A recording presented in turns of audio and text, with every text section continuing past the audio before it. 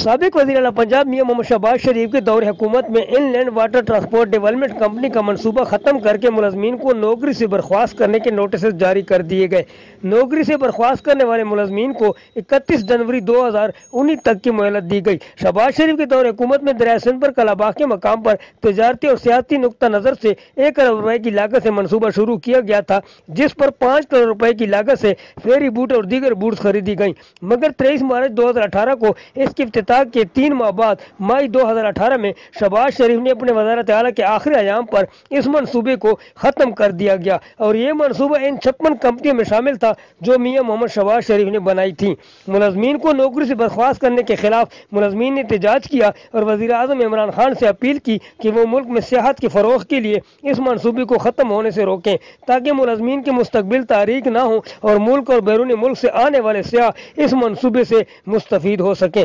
हम लाते हैं top news, आपके फेवरेट टॉक शोज और अनलिमिटेड एंटरटेनमेंट सिर्फ YouTube पर।